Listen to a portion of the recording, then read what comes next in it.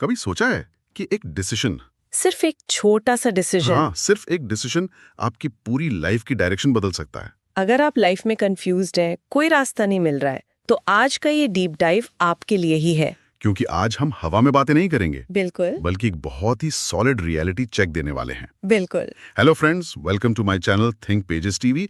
आज मेरे साथ हमारी एक्सपर्ट मौजूद हैं और आज हम जिस बुक का डीप डाइव करने वाले हैं उसका नाम है no excuses by Brian Tracy. ये बुक सच में माइंड ब्लोइंग है यार। मतलब अगर किसी को लगता है कि मोटिवेशन से सब कुछ हो जाएगा, तो ये बुक उनका इल्यूजन पूरी तरह तोड़ देती है। सही कहा आपने। ये बुक बेसिकली इस प्रॉब्लम को सॉल्व करती है कि हम सब कुछ जानने के बाद भी एक्शन क्यों नहीं ले पाते। और इसीलिए ये हर उस स्टूडेंट और इंसान के लिए है जो लाइफ में कुछ बड़ा अचीव करना चाहता है। राइट। तो चलिए इस डिस्कशन को शुरू करते हैं एक बहुत ही रिलेटेबल सिचुएशन से। सर्दियों की एक भयानक ठंडी सुबह की इमेजिनेशन कीजिए। सुबह के ठीक 5 बज रहे हैं। बाहर एकदम घना कोहरा है, टेम्परेचर गिरा हुआ है और बिस्तर में गजब की गर्माहट और सुकून है। एग्जैक्टली। और नींद अपनी सबसे मीठी, सबसे गहरी स्टेट में है। और तभी फोन का अलार्म बज उठता है। हाँ, उस एक पल में उस अंधेरे कमरे में एक बहुत ही साइलेंट लेकिन खतरनाक जंग शुरू होती है। हमारी बॉडी का हर एक हिस्सा कह रहा होता है कि बस 5 मिनट और सो लेते हैं यार। ये एक ऐसा मोमेंट है जहां इंसान का सबसे प्रिमिटिव ब्रेन, जिसे हम अक्सर लिम्बिक सिस्टम कहते हैं, वो बस आराम मांगता है। देखने में तो ये एक बहुत ही माइनर सा चॉइस लगता है, मतलब उठना है या स्नूज बटन दबाकर वापस सो जाना है। लेकिन हमारे पास जो रिसोर्सेज और रिसर्च हैं, वो ठीक इसी बात पर फोकस करते हैं कि ये एक छोटा सा चुनाव किसी भी इंसान के पूरे दिन की और अल्टीमेटली उसके पूरे जीवन की डायरेक्शन तय कर देता है। बिल्कुल सच है। ये सिर्फ नींद या आलस की बात नहीं है। ये असल में साइकोलॉजी और न्यूरोलॉजी का एक बहुत ही इंटरेस्टिंग गेम है। वो कैसे? थोड़ा डिटेल में समझाइए। देखिए, जब वो अलार्म बजता है तो इंसान का दिमाग इंस्टेंट ग्रेटिफिकेशन, यानी तुरंत मिलने वाला आराम, और लॉन्ग टर्म रिवॉर्ड के बीच संघर्ष कर रहा होता है। मतलब हमारा दिमाग उस काम की तरफ भागता है जिसमें तुरंत डोपामीन मिलता है, राइट? एकदम सही पकड़ा आपने।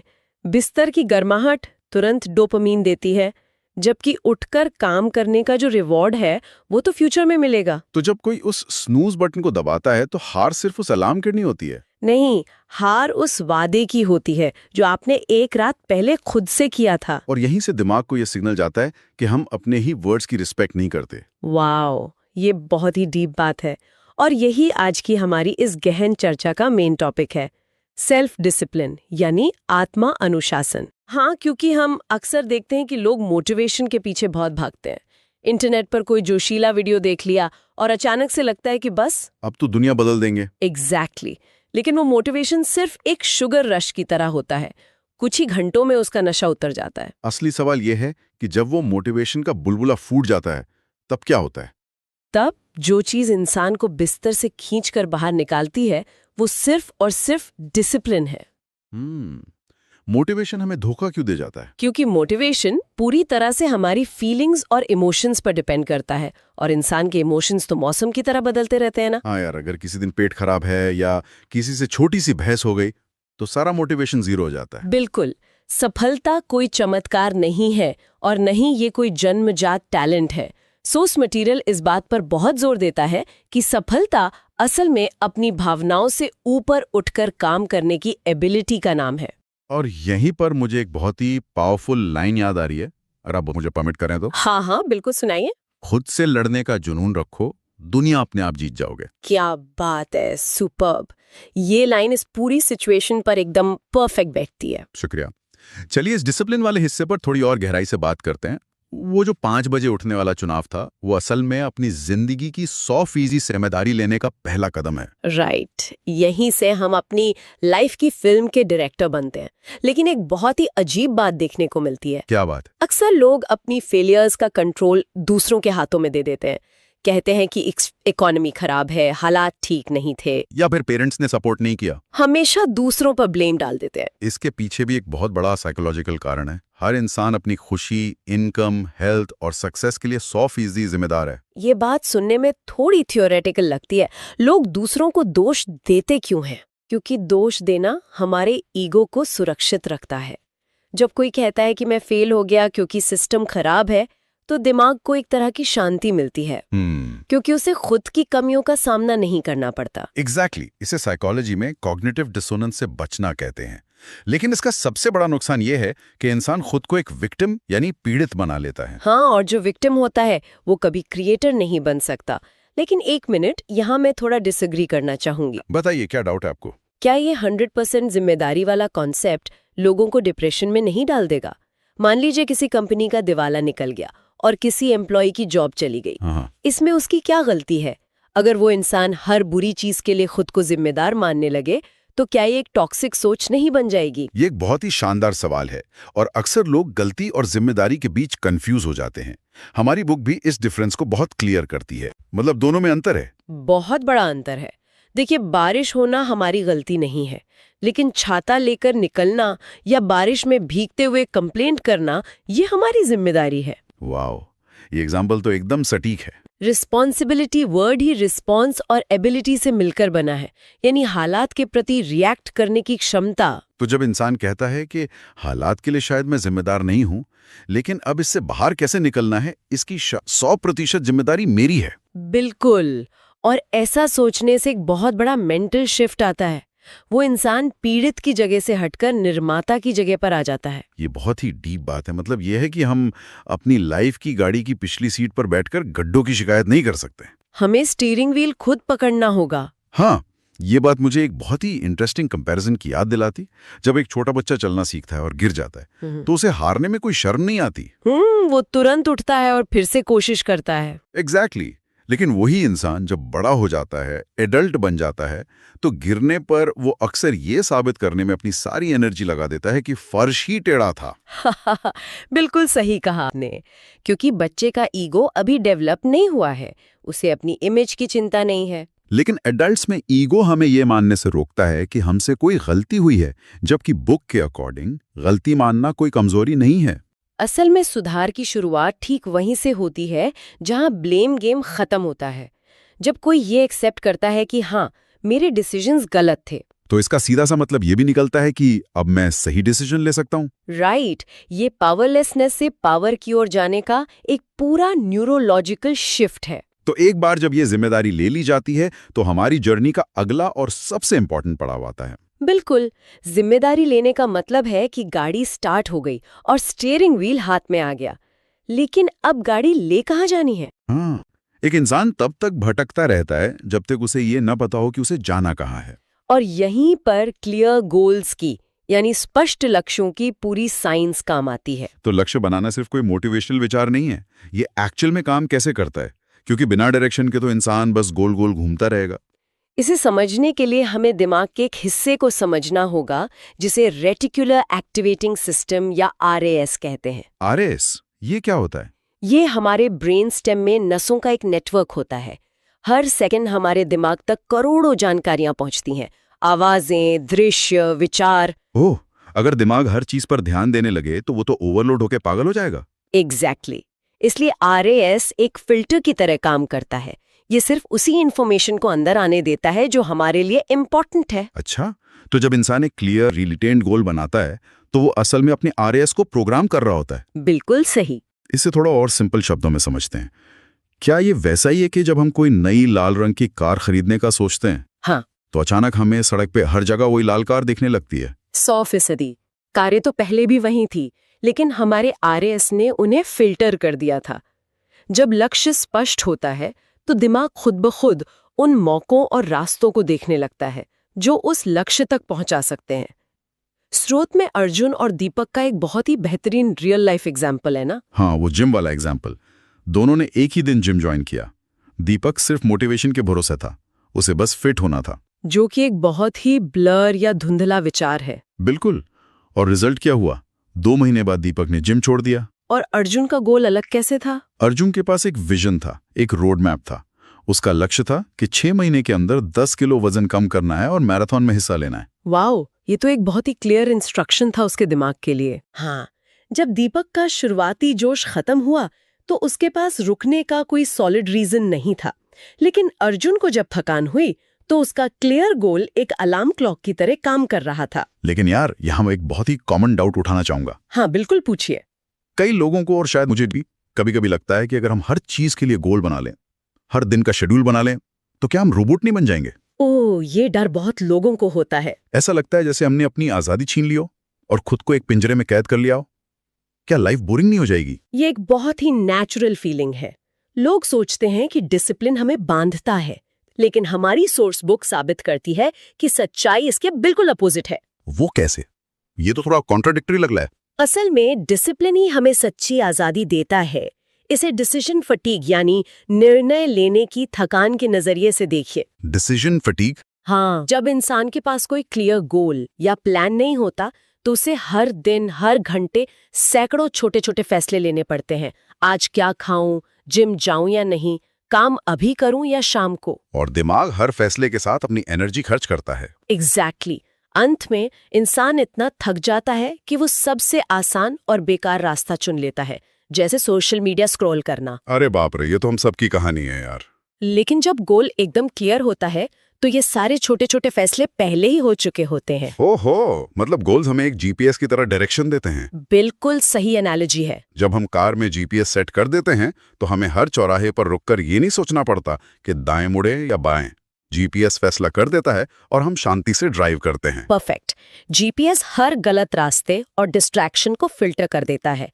जब इंसान को पता होता है कि उसे कहाँ जाना है, तो किसी भी ऐसे काम को ना कहना बहुत आसान हो जाता है जो उसे लक्ष्य से दूर ले जा रहा हो। और उस ना को कहने में कोई गिल्ट या पछतावा फील नहीं होता। यही वो आजादी है जिसकी हम बात कर रहे हैं। भटकाओं से आजादी, बेकार के कंफ्यूजन से आजादी। क्या बात है, डायरेक्शन तय हो गई, जिम्मेदारी भी ले ली और जीपीएस भी ऑन हो गया। लेकिन हम सब जानते हैं कि ये जर्नी सीधी नहीं होती। रास्ते में ट्रैफिक मिलेगा, टायर पंचर होगा, फेलियर्स आएंगे। बिल्कुल। जब इंसान इस रास्ते पर चलना शुरू करता है तो हार और थकान का आना 100% तय है। तो ऐसे में सोर्स मटेरियल के अकॉर्डिंग इस लंबी यात्रा में टिके रहने के लिए क्या चीजें सबसे इंपॉर्टेंट है? 2 चीजें, परसिस्टेंस यानी निरंतरता और टाइम मैनेजमेंट। परसिस्टेंस के बारे में बुक क्या कहती है? शुरुआत करना दुनिया का सबसे आसान काम है।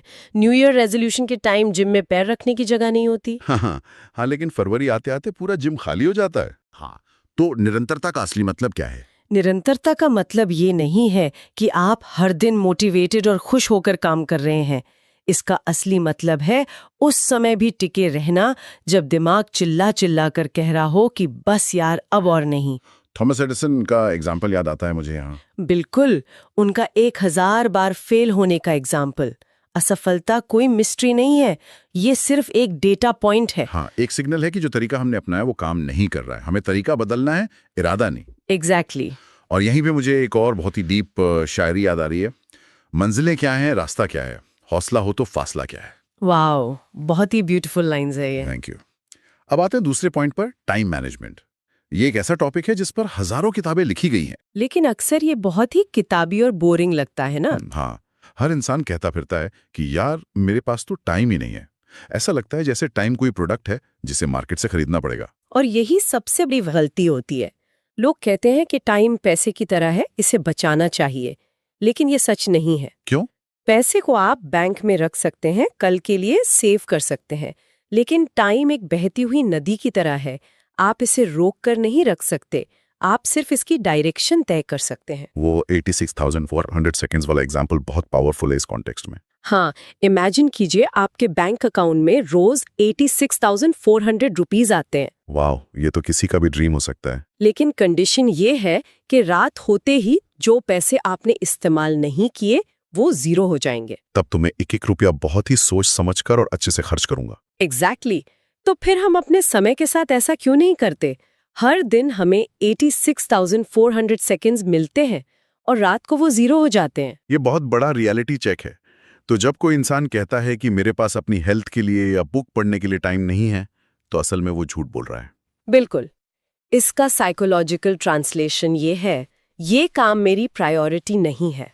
Mind blowing. दुनिया के सबसे सक्सेसफुल इंसान और एक आम इंसान दोनों के दिन में 24 घंटे ही होते हैं। फर्क सिर्फ प्राथमिकताओं यानी प्रायोरिटीज का होता है। हाँ, अगर उसी इंसान को अचानक पता चले कि उसके पास कोई सीरियस हेल्थ इश्यू है, तो वो तुरंत डॉक्टर के पास जाने का टाइम निकाल लेगा। टाइम वही था, बस प्रायोरिटी बदल गई। मेरे पास समय नहीं है, असल में ये कहने का एक पोलाइट तरीका है कि मुझे इस चीज की परवाह नहीं है। एकदम सही। और टाइम मैनेजमेंट में एक और बहुत बड़ा फैक्टर है अर्जेंट और इम्पॉर्टेंट कामों के बीच की लड़ाई। ये कैसे काम करती है? हमारा दिमाग हमेशा अर्जेंट कामों की तरफ अट्रैक्ट होता है। कोई फोन बज रहा है, ईमेल आया है, या किसी ने अचानक कोई काम दे दिया। ये चीजें जोर जोर से हमारा ध्यान खींचती हैं। हाँ, और इन्हें पूरा करने पर दिमाग को तुरंत एक छोटी सी जीत का एहसास होता है, डोपामीन रिलीज होता है। लेकिन इनमें से ज्यादातर काम हमारे लॉन्ग टर्म गोल्स के लिए बिल्कुल बेकार होते हैं। मतलब जो लोग सिर्फ अर्जेंट कामों में उलझे रहते हैं, वो एक तरह से फायर फाइटर बन जाते हैं। पूरे दिन बस आग बुझाने का काम कर रहे होते हैं। बिल्कुल, वो कभी कुछ नया क्रिएट नहीं कर पाते।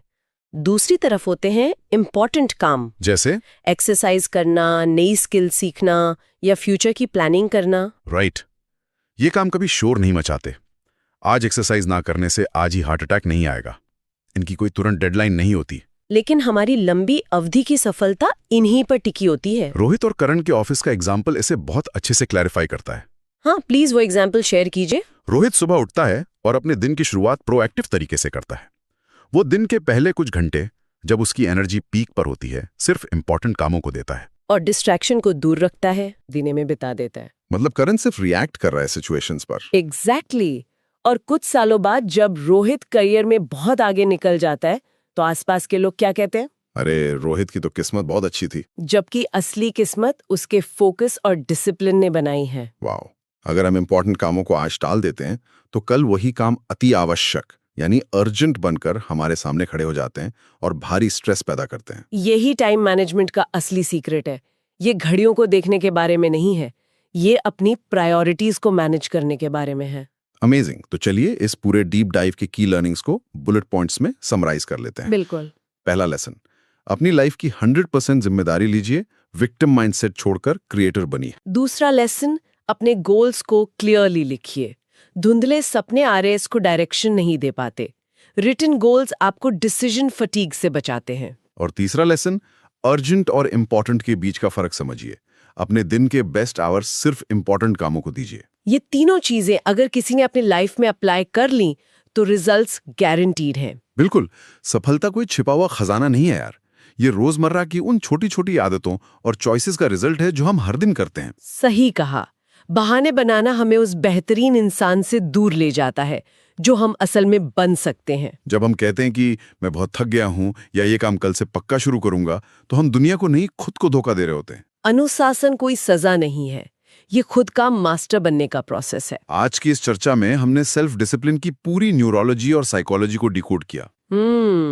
लेकिन इस वीडियो को खत्म करने से पहले मैं एक ऐसा थॉट छोड़ना चाहता हूं जो हमारी आज की लर्निंग्स को एक नए लेवल पर ले जाता है। वो क्या है? हमने आज पूरी तरह से पर्सनल डिसिप्लिन की बात की, लेकिन जरा सोचिए, अगर अनुशासन एक मसल है जिसे हमें रोज स्ट्रांग करना है, तो हमारे आसपास के लोग, हमारे दोस्त, इसमें क्या रोल प्ले करते हैं? बहुत बड़ा रोल प्ले करते हैं। क्या वे उस जिम के इक्विपमेंट्स की तरह हैं जो इस मसल को और मजबूत बनाते हैं, या वे उस पेन किलर की तरह हैं जो हमें हमारी कमजोरियों को इग्नोर करने में मदद करते हैं? ये तो एक बहुत ही गहरा सवाल है। हाँ, क्या सच्चा आत्मानुशासन कभी भी एक बहुत ही इनडिसिप्लिन माहौल में या अनुशासनहीन लोगों के बीच जिंदा रह सकता है? बहुत मुश्किल है। इसलिए अगली बार जब आप उस 5 बजे के अलार्म से लड़ रहे हो, तो ये जरूर सोचिएगा कि आपकी इस लड़ाई में आपके आसपास का एनवायरनमेंट आपका साथ दे रहा है या आपको वापस बिस्तर में धकेल रहा है। बिल्कुल, इस पर विचार करना बहुत जरूरी है। तो फ्रेंड्स, रास्ते कभी खत्म नहीं होते, बस लोग हिम्मत हार जाते हैं।